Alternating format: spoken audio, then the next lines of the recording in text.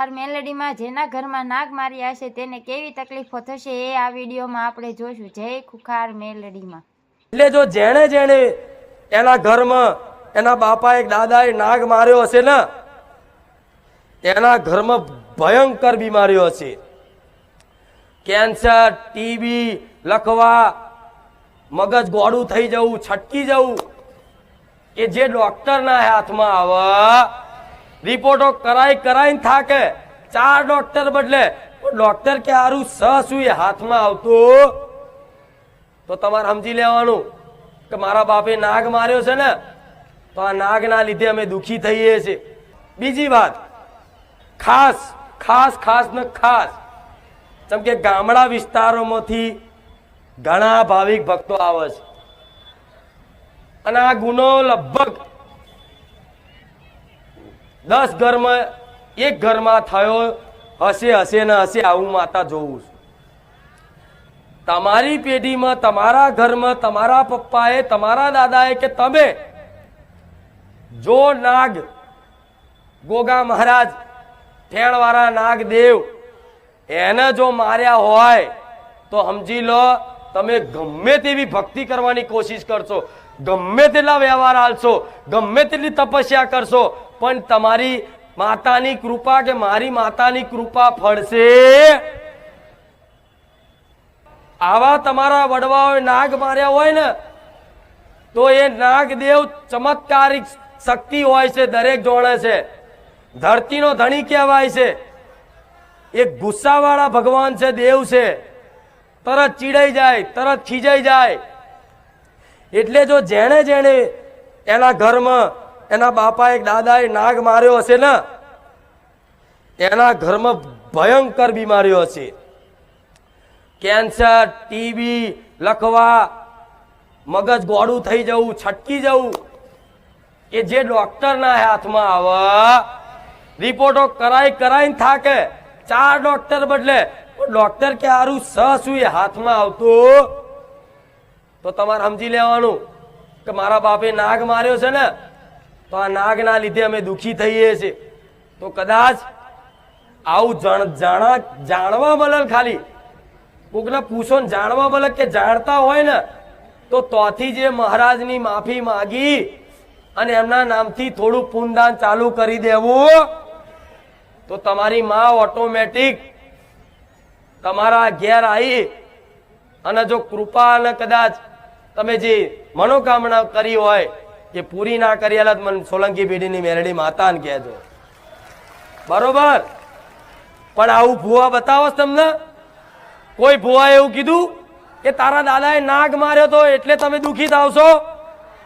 કીધું? સાચું કહો છો ને? જેમ કે તમે તો હજારો ભુવા ફર્યા છો. કોઈ ભુવાએ આવું બતાવ્યું? નહીં બતાવ્યું ને? જેમ કે ભુવાના જ્ઞાન જ ના હોય. આવું ચોથી બતાવો. એને તો સીધી જ વાત હોય, આ દુઃખ છે સારું ભયંકર, ભાઈ જીવ લેવા આવ્યું છો. જબરી માતા છે ભાઈ. જો આનો જલ્દી બીજાપરો નહીં કરો, આનો જલ્દી ન્યાય નહીં કરો ને તો આ તમારા ઘરમાં જીવ લઈ જશે. એટલે બાપડા બી જાય. સારું બુઆજી જે કહો એ આનું જલ્દી કરો તો કે આની છે ને નદી કિનારે સ્મશાનમાં વિધિ કરવી પડે. તો કે હા વિધિ કર દો, વાંધો નહીં, પણ કે વિધિ માટે છે ને અમુક વસ્તુ મારે બહારથી મંગાવી પડશે, ઉજ્જૈનથી. અમુક સ્પેશિયલ ધૂપ એવું આવે, ફલાણી કલેજી લાવવી પડશે, ફલાણું ઢેકણું લાવવું પડશે, અને જાત જાતનું તમને બતાવે. અને ભૂવો જાય પૂજા પાવાળાની દુકાને અને 10 રૂપિયાનું ધૂપ લઈને આવે અને કે લો માણ મળ્યું કે 5000 રૂપિયાનું આવ્યું. આ તો નતું મળતું, આ તો એક ભાઈ જોડતી જ છે, ઉજ્જૈનથી મંગાવ્યું કે લો. અને તમે મૂર્ખાઓ આપી દો. હાર લો તાર જે ધૂપ હોય કર દો, 5000 આલ્યા પેલો વારી શીખવર શું વારી ભગવાન જોડે એને ખબર ના હોય, તમને ખબર ના હોય, અને 4 રસ્તે નારિયેળ મેલી અને 5,000 કે 11,000 લઈ અને સીધો ઘેર જતો રે. ઉપરથી તમારી કુળદેવી આમાં વધારે યાત્રા થાય છે કે દીકરાઓ દુઃખ છે ને તો વેઠી લો મારા ભરોસે, પણ આવા ભુવાઓ ઘરમાં ના ઘાલશો. કોઈ દાડે એમની કુવાસીના પગલા ઘેર ના પાડ્યા હોય, એમની કોઈ બાળ હોય, એમની કોઈ ઘરની લક્ષ્મી હોય, એમની કોઈ વહુ આવી હોય નવી, એના કોઈ દાડો કંકુના પગલા ના પાડ્યા હોય, અને આજના મૂર્ખાઓ ભુવાના પગલા ઘરમાં પડાવે છે, જે અઠવાડિયાથી પગય ના ધોતો હોય. ઉપરથી તમારી માં ખીજાય કે દીકરા એના સગન એની વસ્તી નહીં લેતી અને તું પાછો એના સગન લેશે, પગલા પડાવસ. આ બધા ભુવા મારો વિરોધ કરે, પણ ભલે હું તો જે હોય કહીશ. અને ભુવા પાછા એવા પગ ઊંચા કરીને કે હાલ લો હેડો પગલા પાડ દઈએ. લાવો ભુવાજી તમારો પગ ધોવાશ. કોઈ આ મા બાપ ના ધોયા છે? એટલા મા બાપ ના પગ ધોઈ અને ખાલી એ ચરણામૃત પી લીધું હોય ને તો ગળા ભલ ભલા જન્મો જન્મના પાપ ધોવાઈ જાય.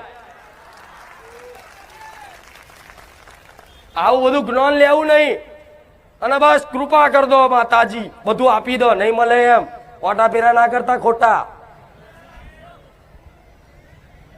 એટલા તમારા મા બાપ ના ચરણામૃત પીજો. અને ભુવા તો શું, એમને તો માન સન્માન મળે, પૈસા મળે, વાહ વાહ મળે એટલે હેડવાનું. પણ તમે બોલાવો ને તાર કોક આવે, ભુવાનો દોષ નહીં આમાં. તમને લાલચ છે ને, તમને ગરજ છે ને, તારે તમે આમંત્રણ કોક ના આલો છો, તારે તમારા ઘેર કોક આવે છે, એમાં ભુવાનો દોષ નહીં. પણ ગોડા બધું સમજ લેવી પડે.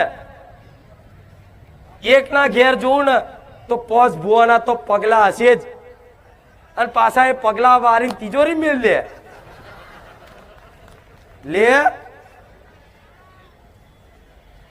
એ ભુવન પૂછો તારી વસ્તી કોઈ દર તારા કંકુના પગલા પાડે? પૂછ, જા પૂછી આવજો. કે તારા પરિવાર વાળા તારા કંકુના પગલા પાડ્યા? પૂછજે, જાઓ. નહીં પાડ્યા હોય, એના પરિવાર હોય, એના કુટુંબ વાળા ચારેય નહીં પાડ્યા હોય, અને તમે આવો આવો આવો ભુવાજી આવો આવો, આ બધું કરવામાં તમારી માં યાત્રા થાય છે. સદબુદ્ધિ હોય ને અને જ્ઞાન હોય ને તો કોઈ ભુવાની જરૂર નહીં. હારા હારા ભુવા છે ને તમારા ઘેર ઓટા ફેરા કરાવે તમારી માં. મારા દીકરાએ કોઈ દાડે લે ભુવાજી બને પ્યાલા પીવડાવો, ફલાણું કરાવો. મારા દીકરાએ ભુવાના પ્યાલા નહીં પીધા. જો પાક્કો ભૂવો બને કે પ્યાલા પીએ તો જ પાક્કો બને. અને હારા હારા પાક્કા ભુવન બેહાડું છું. જો ભક્તિમાં જે શક્તિ છે ને એ કોઈ વિદ્યામાં નહીં, એવી ભક્તિમાં શક્તિ છે. તો તમારે ખાલી કઈ નહીં કરવાનું, તમારા ઘેર તમારી કુળદેવીની ભક્તિ જ કરવાની છે, અને મને માતાના વારે ઘડીએ યાદ કરવાની છે, મારા પ્રવચન જોવાના છે. જો તમારી માં તમારી પર રાજી થઈ જાય તો હું તો સમજી લો તમારી માં રાજી તો હું રાજી જ છું ને, અને એ રાજી થઈ જાય અને હું રાજી થઈ જાય તો તમારી કુળદેવીનું માતા શું રચાવાના તમને ખબર છે? નહીં ખબર ને?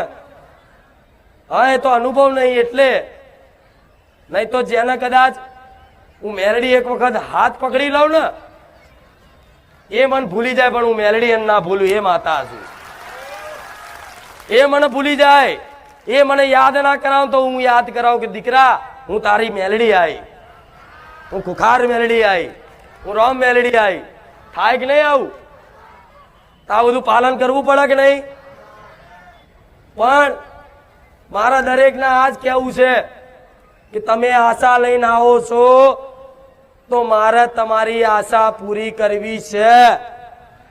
પણ એટલું કદાચ તમારી એ આશા પૂરી કરવા માટે મારાથી થતી હોય એટલી બધી કોશિશ હરરોજ હોય છે, પણ થોડા તમારા જીવનમાં નીતિ નિયમ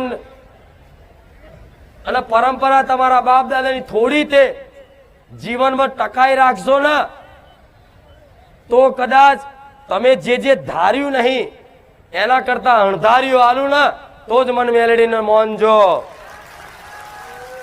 આમાં દીકરીઓ આવી જાય, દીકરાઓ આવી જાય, બધા આવી જાય. અને આ ભક્તિ કરવી પડે તારે દેવને કૃપા મળે, નકર એમને મોટા ફેરા ને.